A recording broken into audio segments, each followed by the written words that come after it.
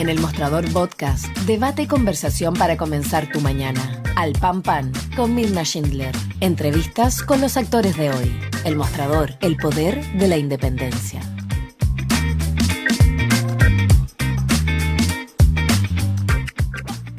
Tal, ¿cómo están ustedes? Muy buenos días.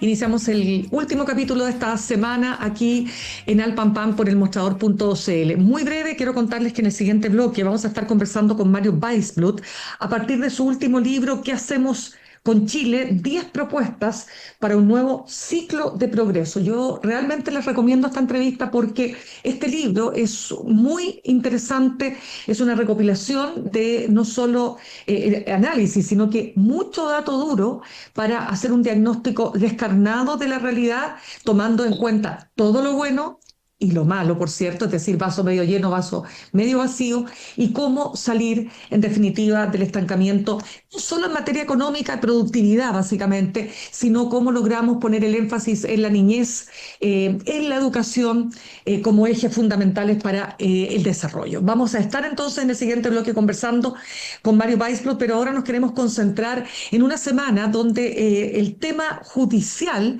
y particularmente el caso Gatica, se tomó la agenda tanto en lo jurídico como en lo político, ¿no? Aquí esto ha generado una tremenda crisis en el oficialismo por mutuas recriminaciones respecto de la aprobación de la ley Naim Retamal, que a ojo de los expertos está en la base de la decisión del tribunal de absolver a Claudio Crespo, pese a que el tribunal también determinó que él había sido la persona que le quitó la visión a Gustavo Gatica. Es un fallo que no conocemos los detalles todavía, es un veredicto que ha generado de alguna manera cierto desconcierto. Queremos hablarlo con nuestro panelista, abogado constitucionalista, director del doctorado en Derecho de la Universidad Diego Portales, Javier Couso. Javier, ¿cómo estás? Gracias por estar una vez más con nosotros. Gracias a ti, Mirna. Buenos días. Javier, desde lo que a ti te toca, yo creo que esto tiene varias capas, pero partamos por lo jurídico, ¿no? ¿Cómo analizas lo que ha ocurrido con el caso Gatica? Es bastante difícil hacer un análisis jurídico cuando uno tiene una declaración muy breve a propósito del veredicto. Lo propio de lo jurídico es analizar los fallos porque cada palabra cuenta para hacer un análisis jurídico. Para poner un ejemplo concreto, no tenemos muy claro si ella, la jueza que habló por un tribunal oral en lo penal que de forma unánime absolvió al ex carabinero Crespo de este atentado contra el actual recién electo diputado Gatica. Pero lo que aparece claro, y aquí es que efectivamente hay una mención aparentemente, no sabemos con qué tanta incidencia tuvo o no en el fallo la ley Naim Retamal. Sí sabemos que es una práctica universal en los estados de derecho que se aplica la ley más favorable a una persona. Eso sí lo tenemos claro. Pero tampoco tenemos claro el trabajo que hizo, por decirlo así, la ley Naim Retamal en la absolución. Y eso solo va a ser posible analizarlo seriamente una vez que tengamos el fallo en mayo próximo. Acá los ciclos noticiosos y políticos no calzan bien con los ciclos judiciales. No parece una buena práctica anticipar a medias el fundamento del fallo, dejar para 3 o 4 meses después la publicación del fallo, porque la opinión pública queda en esta situación que tú has descrito, de que si bien se da por acreditado el hecho de que el disparo de esta escopeta de perdigones por parte del entonces carabinero Crespo eh, deprivó de su visión al actual diputado Gatica, no tenemos claro si efectivamente fue, dicho en otras palabras, si sin haber mediado esa ley, el resultado habría sido el mismo o no.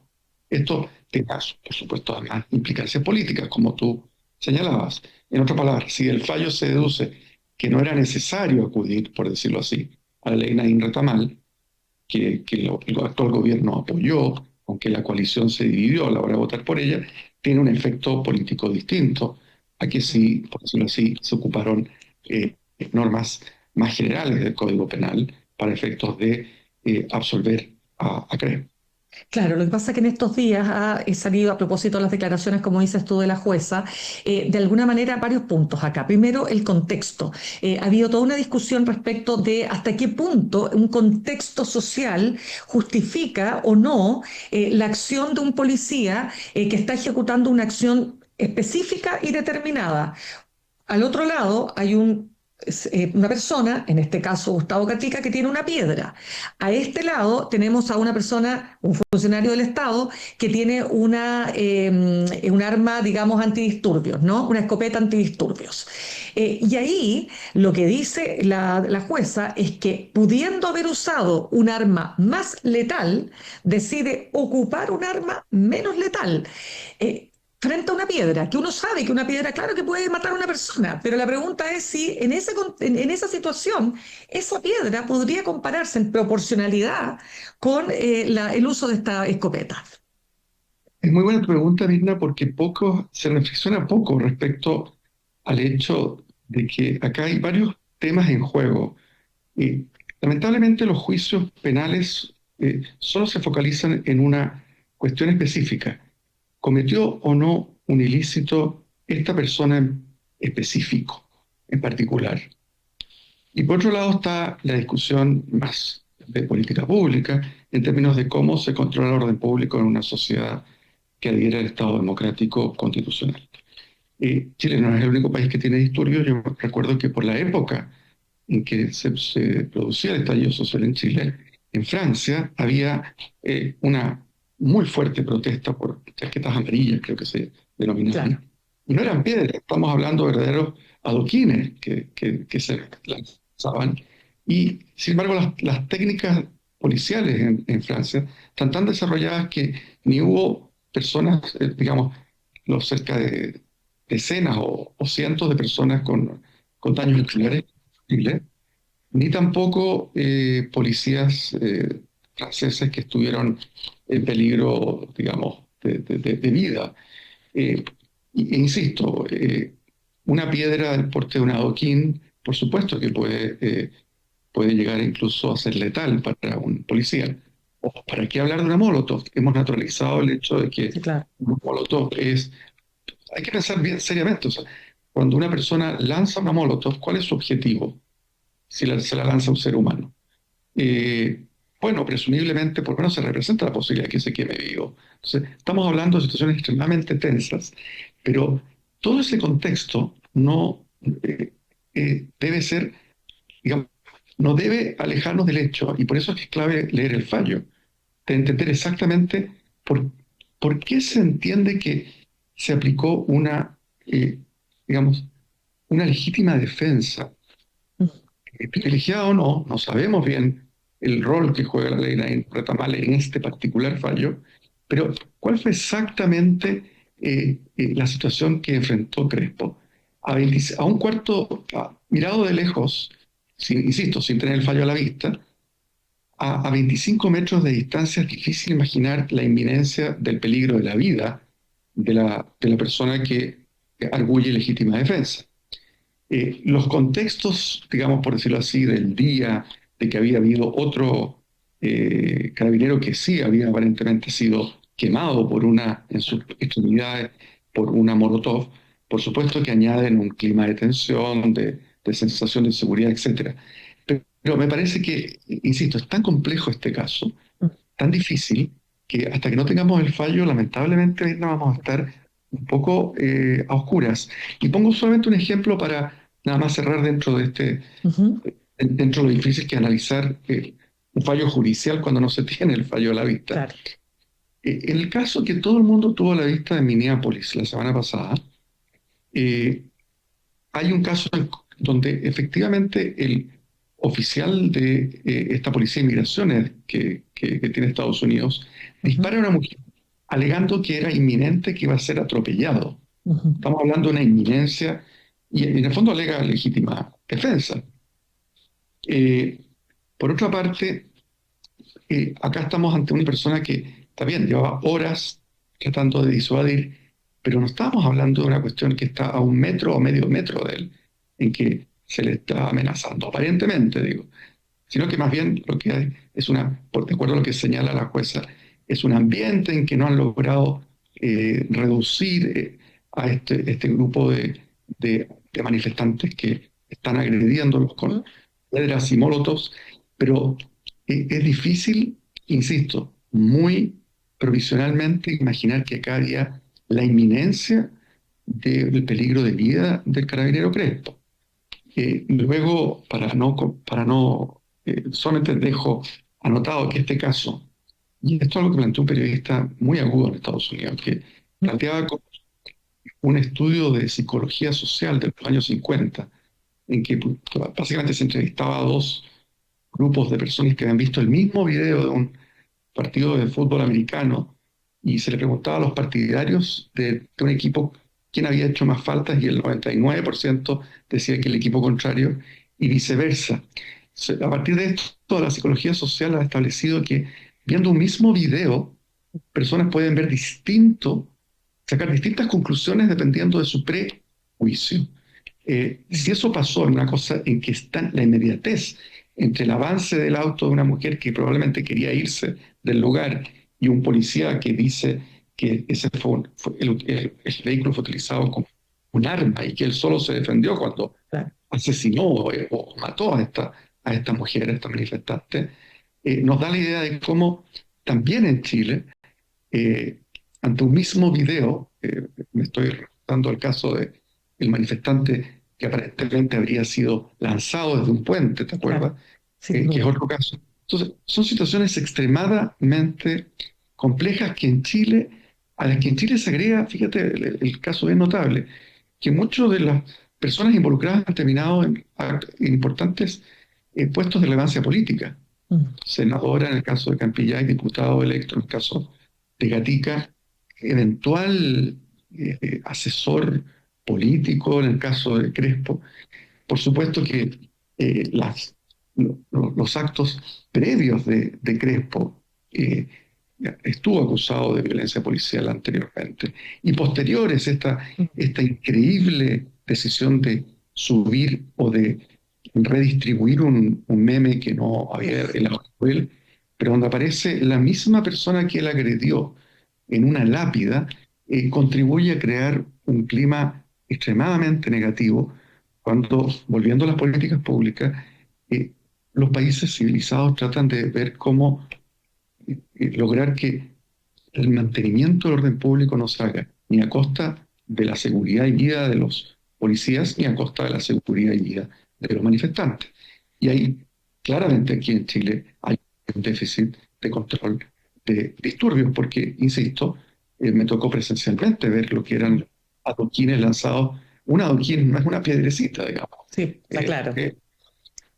Sí, fíjate, solo para dejarlo claro este punto, Claudio Crespo pidió disculpas. A ver, lo estaba leyendo hoy día, pero el detalle no tengo la transcripción exacta de lo que dijo, pero pidió disculpas o sea, dijo, primero que nada, que pedía disculpas por haber expresado a través él dice que él no armó este meme, sino que él simplemente lo subió a sus historias, lo que ya dice mucho, pero que se disculpaba por la falta de sensibilidad que podría mostrar este acto, eso por un lado, y que en segundo lugar él no quería festinar con el dolor de una víctima y que este hecho claramente ningún funcionario público o carabinero quisiera ser, digamos, aquel que le terminó digamos, cegando o quitando la visión a un manifestante, a una persona. Esto es primera vez que lo vemos, porque hasta ahora Crespo no había mostrado ni un dejo de humanidad respecto del caso. Ahora,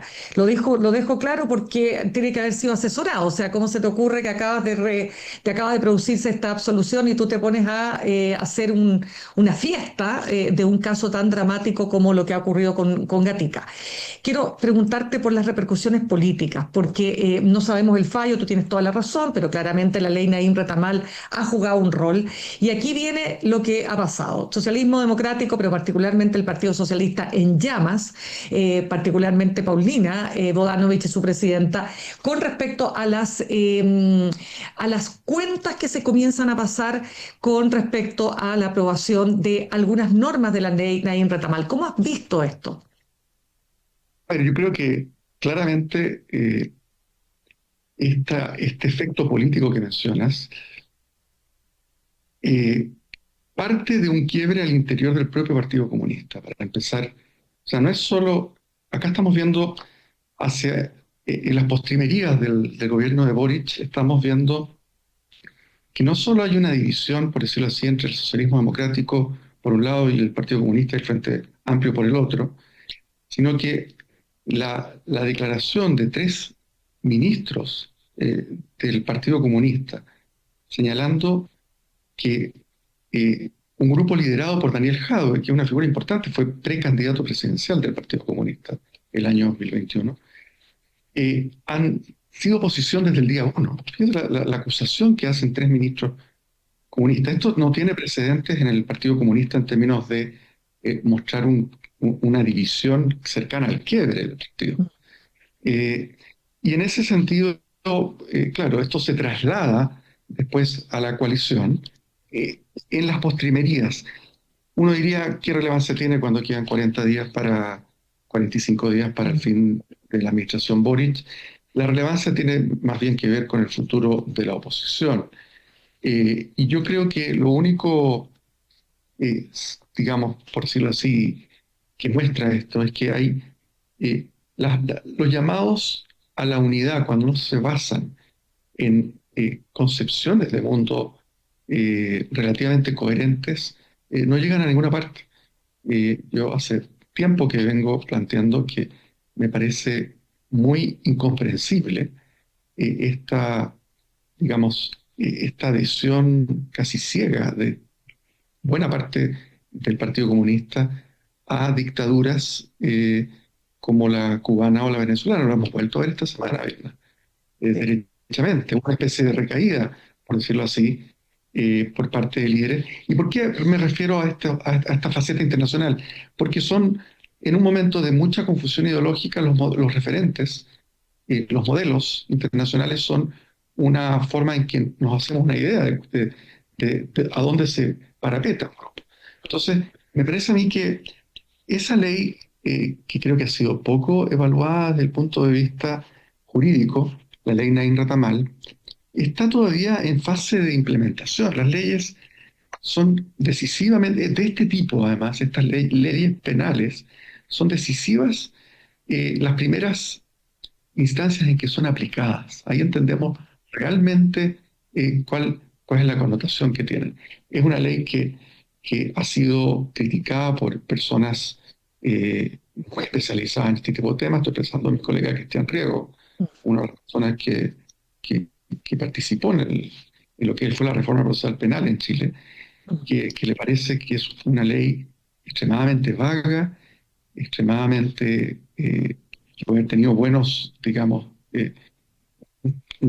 una buena idea en términos de dar grados de certeza a las personas encargadas de custodiar el orden público, pero es una ley que en su estado actual, como quedó, digamos, finalmente promulgada, va a tener que ser precisada por la jurisprudencia de los tribunales. Y por eso es que es tan importante leer el fallo que mencionaba adelante, que este es uno de los primeros fallos relevantes en que se menciona, y no tenemos claro si es una ley que va a estar o no de acuerdo a las normas internacionales sobre uso proporcionado de la fuerza por parte de quienes están a cargo de mantener el orden público. Perfecto. Javier, vamos a otro tema que también ha estado en la discusión, menos resonante porque se ha tomado la la agenda, ¿no? Este tema, ojo también con lo de Julia Chuñil, ¿no? Y el caso que da cuenta, no sé si de un vuelco porque se venía diciendo, pero lo dejo ahí solo planteado, pero ya está la confesión del yerno de Julia Chuñil que muestra, que cuenta y que da cuenta de que finalmente ella fue asesinada por uno de sus hijos y que los demás hijos decidieron entonces tapar todo esto y estaría enterrada en algún lugar del predio, etcétera. Un caso realmente macabro, pero que tuvo muchas repercusiones. Déjame entrar en otro tema, Javier, que dice relación con el gabinete. Del gabinete de José Antonio Kast, un dato, ya sabemos que Guillermo Turner, que era el ex gerente de comunicaciones corporativo de la CMPC, del Grupo Mate, para defensa, lo bajaron porque hubo presiones también ahí en la actual oposición, como diciendo, oiga, pero ¿cómo va a poner una persona que no tiene ninguna experiencia en un cargo tan relevante? Pero te quiero preguntar, ¿cómo ves primero los nombres que han salido y sobre todo en materia del Ministerio de Justicia y Derechos Humanos, con el abogado Rabat, si no me equivoco, que además fue abogado defensor de Augusto Pinochet? A ver, yo creo que es bueno mirar panorámicamente lo que ha sido hasta ahora el mes desde que fue electo José Antonio Kast a la presidencia. ¿Te acuerdas que teníamos muchas dudas, muchas incertidumbres respecto de qué alma de las que Exacto. lo rodeaban iba a prevalecer? Yo creo que sigue la incertidumbre, Mirna, Ujú. pero que en general, si uno es objetivo, ha dado menos indicios de de un ultraderechismo desatado que lo que se temía. Pensemos en la intención, en personas que ha nombrado que él no ha nombrado a nadie, es bueno recordarlo, pero estos son como globos sonda. Yo creo que filtrar los nombres busca justamente testear Ujú. cuál es la recepción que ellos tienen. Y ha sido una estrategia inteligente, que hay que decirlo. O sea, eh, cuestiones como la de Turner en defensa parecían realmente muy difíciles de comprender.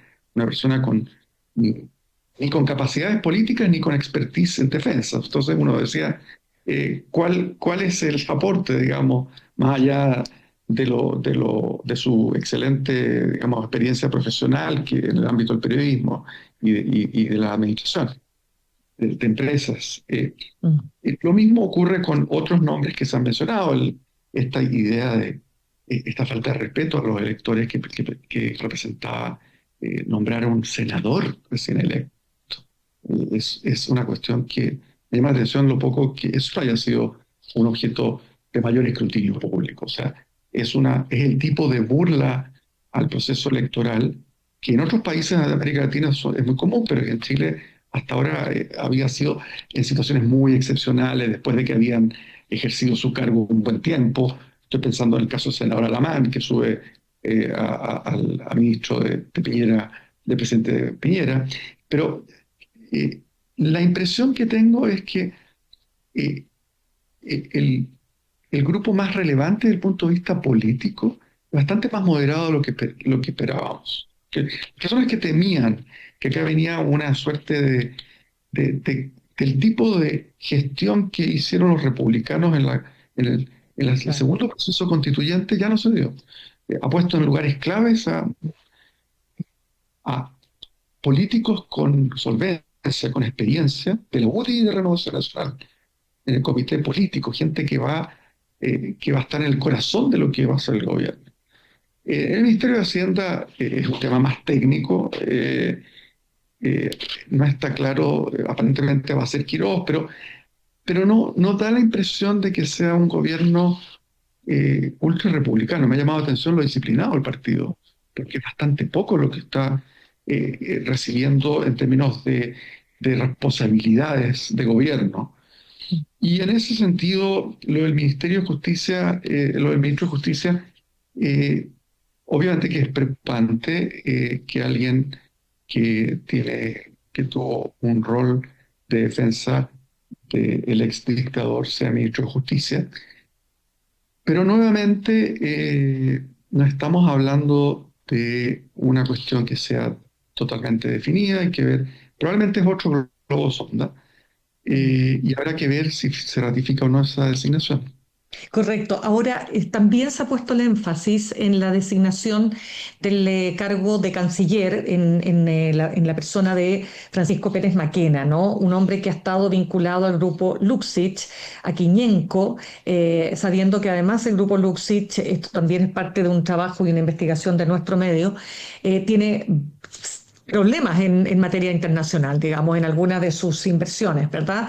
Entonces uno se pregunta, bueno, una persona que ha estado tan vinculada al mundo privado y sobre todo un grupo económico tan relevante y de los más ricos del país, que asume un cargo como este, ¿habrá o no habrá conflicto de intereses? ¿Cómo ves esa designación si es que se concreta? A ver, yo creo que nuevamente aquí retomo a cuáles eran las alternativas. Si el cast ultraderechista habría probablemente nombrado a una persona muy cercana a Trump, o a Milei, o a Bolsonaro. En ese sentido, más allá de los potenciales conflictos de interés a los cuales tú aludes, Mirna, Ujú. es otro orden de problemas, ¿no? No es el tipo de preocupación que teníamos antes. Un líder ultraderechista que plantea a alguien que va a hacer una especie de cruzada junto con Milei y compañía para un eje de la libertad entendida libertariamente, ultraderechistamente. O sea, si es que Pérez Maquena tiene problemas, no son precisamente el tipo de problemas que nos imaginábamos hace un mes atrás. Tiene más que ver con algo a lo cual se enfrentaron varios ministros de Piñera en su momento. No es secreto en Chile que la derecha económica tiene mucha cercanía con la derecha política. Entonces, yo en ese sentido, en un momento que el orden mundial está probablemente en transformación, en donde tenemos a un presidente de los Estados Unidos que ha declarado que América Latina es su patio trasero, como lo solía hacer hasta antes de la Convención de Montevideo del año 33, en que eh, América Latina logró que el presidente Roosevelt firmara un tratado sobre no intervención en asuntos internos, que aunque se violó en muchas ocasiones, por lo menos marcó un cierto límite. Yo creo que si a mí me hicieran, digamos, en este contexto, veo menos el peligro de un conflicto de intereses económicos por parte de una persona que fue vinculado a un grupo empresarial en Chile, al hecho de que es una persona eh, digamos, de impecables credenciales democráticas. Me parece que en ese sentido, si fuera esa la designación y no la de un eh, fanático de MAGA o de Milei, me parece que para el país es una garantía en relación a esas otras opciones que estuvieron sobre la mesa. Ya pues, Javier Couso, querido, quiero darte las gracias como siempre, abogado constitucionalista y director del doctorado en Derecho de la UDP, por haber estado con nosotros esta mañana. Un gusto, Mirna, que estés bien. Gracias. Nos vamos a ir al corte y al regreso, ya les decía, vamos a estar conversando con Mario Weisblut a partir de su último libro, realmente recomendado, ¿Qué hacemos con Chile? Aquí está 10 propuestas para un nuevo ciclo de progreso, un manifiesto, como lo ha llamado él, donde pone énfasis tan importantes como para cualquier desarrollo posible, si no abordamos el tema de la niñez, si no abordamos el tema de la educación, no tenemos horizonte. Ya volvemos. En instantes, una nueva entrevista en Al Pan Pan con Mirna Schindler por El Mostrador Podcast, el poder de la transparencia.